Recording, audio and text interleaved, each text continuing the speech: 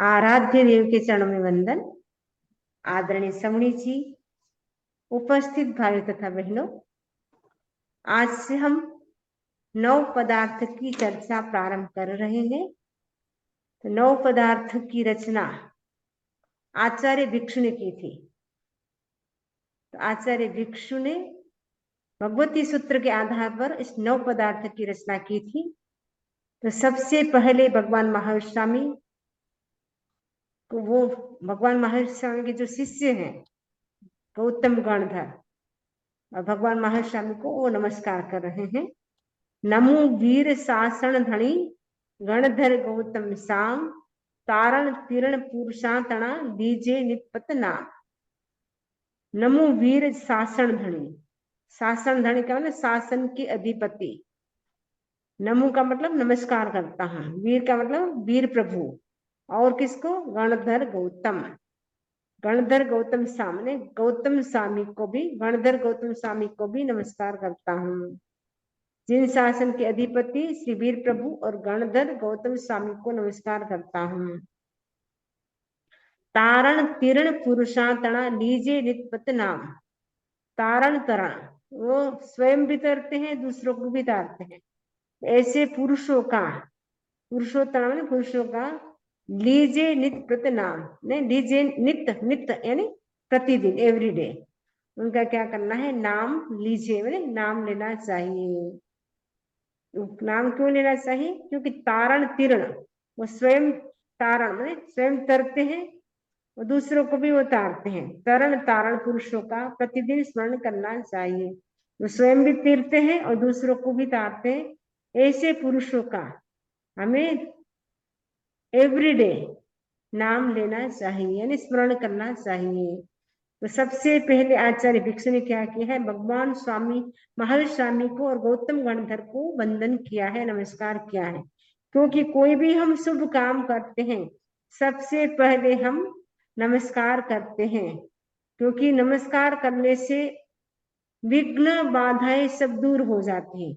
इसलिए कोई भी हम शुभ काम करते हैं तो हम सबसे पहले हम विघ्न बाधाओं को दूर करने के लिए नमस्कार करते हैं कि हमारा ये जो काम हम प्रारंभ कर रहे हैं वो मंगलमय हो, विघ्न बाधाएं सब दूर हो। उस दृष्टि से हम सबसे पहले मंगलाचरण करते हैं। कोई भी शुभ काम करते हैं तो मंगलाचरण किया जाता है। तो आचार्य भिक्षु ने भी मंगलाचरण के रूप में सबसे पहले भगवान महावीर स्वामी को और गौतम गणधर को वंदन किया है, जिससे जो नव पदार्थ की जो बुक वो लिख रहे हैं वो निर्विघ्न रूप से उनकी संपन्न हो। उस दृष्टि से उन्होंने सबसे पहले भगवान महावीर स्वामी और गौतम गणधर को नमस्कार किया है। नमस्कार क्यों किया है? क्योंकि भगवान महावीर स्वामी और गौतम गणधर दोनों ही ऐसे पुरुष थे जो महापुरुष थे, तीर्थंकर थे भगवान महावीर स्वामी तो, और गौतम स्वामी थे वो गणधर थे भगवान महावीर स्वामी के प्रथम गणधर थे। 11 गणधर थे, उनमें से प्रथम गणधर थे भगवान महावीर स्वामी। उनको भी नमस्कार किया है क्योंकि वो स्वयं भी तरे और दूसरों को भी उन्होंने तारा। त्या जीवादिक नव पदार्थ तणो निर्णो कियो भांत भांत, ये मारवाड़ी भाषा है। तो त्या जीवादिक नव पदार्थ तणो, नव जीवादिक जीव आदि नव पदार्थ का, नव पदार्थ का, नव पदार्थ कौन से हैं? जीव, अजीव, पुण्य, पाप, आश्रव, संवर, निर्जरा, बंध और मोक्ष, जिसको हम नव तत्व कहते हैं, उसी को नव पदार्थ भी कहा जाता है।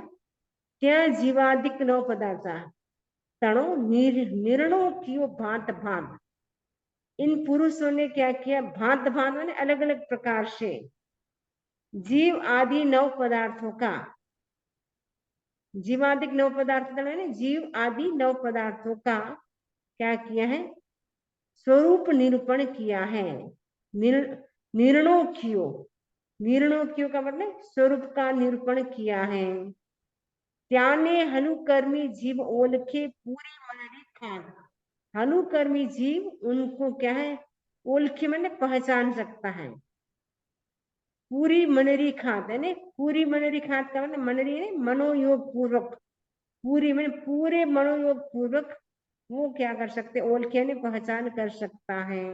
जो हलुकर्मी जीव होते हैं वे ही नव तत्वों की जानकारी यानी पहचान कर सकते हैं, और हर कोई व्यक्ति नव पदार्थों का ज्ञान भी नहीं कर सकता है। तो यहाँ जो महापुरुष जो भगवती सूत्र के आधार पर ये आचार्य भिक्षु ने इनकी रचना की है। तो यहाँ पे क्योंकि भगवती सूत्र में भगवान महावीर स्वामी के आंसर है और गौतम गणधर के प्रश्न है, इसी के आधार पर यह नव पदार्थ की भी आचार्य भिक्षु ने रचना की है। इन पुरुषों ने नहीं, भगवान महावीर स्वामी और गौतम गणधर ने क्या किया है, भांत भांत मैंने अलग अलग प्रकार से जीवादिक नव पदार्थ, जीव आदि नव पदार्थों का क्या किया है, निर्णयों की मैंने स्वरूप का निरूपण किया है। मैंने जीव क्या है, अजीव क्या है, पुण्य क्या है, पाप क्या है, उनका सारा उन्होंने एक्सप्लेन किया है, निरूपण में एक्सप्लेन किया है। त्याने हलुकर्मी जीव ओळखे, नव पदार्थ को कौन जान सकता है, कौन पहचान सकता है, जो हलुकर्मी है। एक तो जीव होता है भारी कर्म, एक होता है हलुकर्मी। हलुकर्मी का मतलब जिसके कर्म बहुत हल्के हैं, लाइट हैं, और भारी कर्म का मतलब जिसके कर्म बहुत ज्यादा है, वो होता है भारी कर्म। तो गौतम गणधर भगवान महावीर से प्रश्न भी करते हैं कि जीव भारी कर्मा कैसे होता है और हलुकर्मी कैसे होता है। तो भगवान महावीर स्वामी कहते हैं, गौतम 18 पापों का सेवन करने से जीव भारी कर्मा होता है, यानी भारी कर्म का बंद करने से वो भारी कर्मा होता है।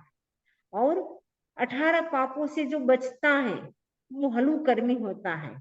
वो हलुकर्मी होगा वो 18 पापों से बचेगा। जो भारी कर्म होता है वो क्या करता है, 18 पापों का सेवन करता है, यानी हिंसा करना, झूठ बोलना, चोरी करना, जो 18 पाप के नाम आपको बताइए, प्राणातिपात, निषाद, अदत्तादान यानी चोरी करना, मैथुन सेवन करना, परिग्रह, क्रोध, मान, माया, लोभ, उनमें ही वो रचे बचे रहता है। मतलब वो कसाय करता है, क्रोध करता है, मान, माया, लोभ, राग, द्वेष, कलह करता है, अभ्याख्यान करता है, चुगली करता है, झूठा आरोप लगाता है, और वो क्या करता है, मिथ्या दर्शन शल्य का भी सेवन करता है। तो ऐसे जो 18 पापों का जो सेवन करता है वो भारी कर्मा होता है। जो उनसे बचता है 18 पापों से वो हलुकर्मी होता है। जो हलुकर्मी जीव होता है वही क्या कर सकता है, नव पदार्थों की पहचान कर सकता है। तो पदार्थ का मतलब है, भगवती सूत्र में पदार्थ के लिए तत्व आया। पदार्थ का मतलब तत्व यानी नव तत्व, हम बोलते हैं नव तत्व, पदार्थ का अर्थ है तत्व। तो यहाँ पे हम पदार्थ का उपयोग किया है। पदार्थ का मतलब सद, स्वरूप, स्वरूप का निर्णय, तत्व का निर्णय। तो यहाँ तत्व का निर्णय अलग अलग प्रकार से महापुरुषों ने किया है। जीव अजीव ओळख्या बिना मिटे नहीं मनरो भरमा। जब तक हम जीव और अजीव को पहचानते नहीं है तब तक हमारा जो मन का भ्रम है वो मिट नहीं सकता है। यानी मन में वो भ्रम रहेगा, यानी डाउट रहेगा कि जीव जीव है या अजीव है, क्योंकि अभी तक हमें पहचान नहीं कि जीव क्या है, अजीव क्या है। इसीलिए जीव को भी जानना जरूरी है, अजीव को भी जानना जरूरी है, क्योंकि जब तक हम उनको पहचानेंगे नहीं तब तक हमारा मन का जो डाउट है वो नहीं मिट सकता है। भगवान महावीर स्वामी कहते हैं 10वें कालिक क्षेत्र में कहते हैं, तो जो जीवे भी न जानाई अजीवे भी न जाने, जीवा जीव अनंतो कहम सुनाई संयमम। जो जीव को भी नहीं जानता है, अजीव को भी नहीं जानता है, वो संयम का पालन कैसे करेगा। संयम का पालन करना है यानी 5 महाव्रतों का पालन करना है। जीव को भी जानना जरूरी है, अजीव को भी जानना जरूरी है। उसके बिना संयम का पालन नहीं हो सकता है। तो यहाँ कहा गया कि जब तक जीव और अजीव को ओळखेंगे नहीं यानी पहचानेंगे नहीं तब तक हमारा मन का भ्रम यानी भ्रम क्या है, यानी डाउट जो है वो नहीं मिटेगा। संकट आया मिण जीव ने रुके नहीं आवता कर्म। और सम्यक तो भी प्राप्त नहीं हो सकता है, क्योंकि जब तक हम जीव अजीव को नहीं जानेंगे, नव तत्व को नहीं जानेंगे, तब तक सम्यक तो की भी प्राप्ति नहीं हो सकती। और समकत आया बिना, समकत यानी सम्यक्त्व की आए बिना, यानी सम्यक्त्व की प्राप्ति नहीं होने से आने वाले कर्म भी रुक नहीं सकते हैं, क्योंकि जीव के निरंतर कर्म का बंधन हो रहा है। यदि सम्यक्त्व की प्राप्ति हो जाती है तो कर्म का बंध एकदम कम हो जाता है। आचारांग सूत्र में हमने पढ़ा था कि आयंत सम्मत दंशी न करे पावम, जो सम्यक जीव होता है वो पाप कर्म का बंध नहीं करता है, क्योंकि वो हर चीज को जानता है, इसलिए वो पाप कर्म का बंध नहीं करता है। तो सम्यक जीव को पाप कर्म का बंध नहीं होता है, क्योंकि वो जानता है कि जीव क्या है अजीव क्या है। उन सबके प्रति वो दया का भाव, करुणा का भाव होता है। उनके मन में वो काम करता है, फिर भी वो सोचता है कि मुझे करना पड़ता है। उस भाव से करने से उनके कर्म का बंध बहुत कम होता है। और जो मिथ्यात्व होता है उनके कर्म का बंध बहुत ज्यादा होता है। कहा जाता है एक श्वासोश्वास में जो सम्यक जीव जितनी कर्मों की निर्जा कर सकता है, मिथ्यात्व जीव करोड़ों वर्षों तक तपस्या करने पर भी, साधना करने पर भी उतनी कर्मों की निर्जा नहीं कर सकता है। सम्यक जीव के पाप कर्म का बंध कम होता है, मिथ्यात्व जीव के पाप कर्म का बंध भी अधिक होता है, क्योंकि वो संसार के कामों में रचा पचा रहता है। वो सारे काम इंटरेस्ट के साथ करता है, मैं अच्छा करूं जिससे मेरा अच्छा लगे। तो सम्यक जी क्या सोचता है, क्या करूं मुझे करना पड़ता है, उस भाव से वो करता है, इसलिए उनके पाप कर्म का बंध नहीं होता है, मतलब एकदम हल्का होता है, कम होता है। तो समकत आया में जीव ने, यानी सम्यक तो आए, सम्यक तो नहीं आता है तब तक जीव के आने वाले कर्म है वो रुकते नहीं हैं। न वही पदार्थ जू जुआ जथा तथ सर्दे जीव ते निश्चय समदिष्टि जीवड़ा त्या दीधी मुगतरी नीव।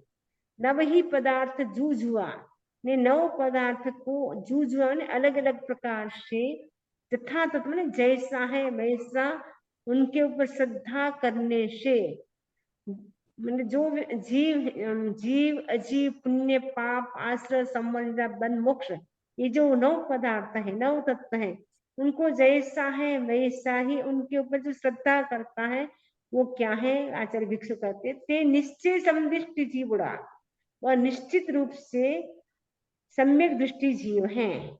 और क्या दीदी मुगतरी नींव, और उन्होंने क्या की, मुक्ति की यानी मोक्ष की उन्होंने नींव डाल दी है, यानी मोक्ष का रिजर्वेशन उन्होंने कर लिया है। किसने, जिसने नव पदार्थों पर श्रद्धा की है, जैसा है वैसा ही उन्होंने उसके ऊपर श्रद्धा की है, फेथ किया है, वो निश्चित रूप से सम्यक दृष्टि जीव है। और सम्यक दृष्टि जीव होने से उन्होंने क्या कर दिया, एक बार भी सम्यक की प्राप्ति होती है मोक्ष का रिजर्वेशन पक्का हो जाता है। यहाँ कहा कि उन्होंने मुक्ति की नींव डाल दी है, मुक्ति की नींव डाल दी है, नहीं मोक्ष की नींव डाल दी है, पिलर। क्योंकि जो भी आपको मकान बनाना है तो सबसे पहले क्या करना होता है, नींव को खोदते हैं। नींव यदि एकदम गहरी होती है तो मकान एकदम स्ट्रांग होता है, यदि नींव यदि गहरी नहीं होती है तो थोड़ा सा तूफान आते ही मकान ढह जाता है। तो सम्यक दृष्टि जीव होता है वो क्या करता है, मोक्ष की नींव उनकी पक्की हो गई, यानी मोक्ष का रिजर्वेशन पक्का हो गया, वो श्योर मोक्ष जाएगा। अर्ध पुद्रिक परावर्तन के भीतर भीतर वो अवश्य ही मोक्ष जाएगा, एक बार भी सम्यक्त्व का स्पर्श होने से अर्ध पुद्रिक परावर्तन में वो अवश्य ही मोक्ष जाएगा। इस प्रकार उनका रिजर्वेशन पक्का हो जाता है। कब होता है, जब हम नव पदार्थों पर श्रद्धा करते हैं, यानी अलग अलग प्रकार जो सारे पदार्थ, यानी जीव को जैसे जानते वैसे अजीव को भी हम मानते हैं, उनके ऊपर भी श्रद्धा करते हैं। पुण्य पाप यानी सारे नव के नव जो तत्व हैं उन सभी के ऊपर हम श्रद्धा करते हैं, तो निश्चित रूप से हम सम्यक दृष्टि जीव हैं। और हमने मोक्ष का भी रिजर्वेशन कर दिया, अगर हम सम नव तत्व को अच्छी तरह से उनके ऊपर श्रद्धा करते हैं, मानते हैं, जानते हैं, तो निश्चित रूप से सम्यक दृष्टि जीव है, ऐसा आचार्य भिक्षु फरमा रहे हैं, बता रहे हैं।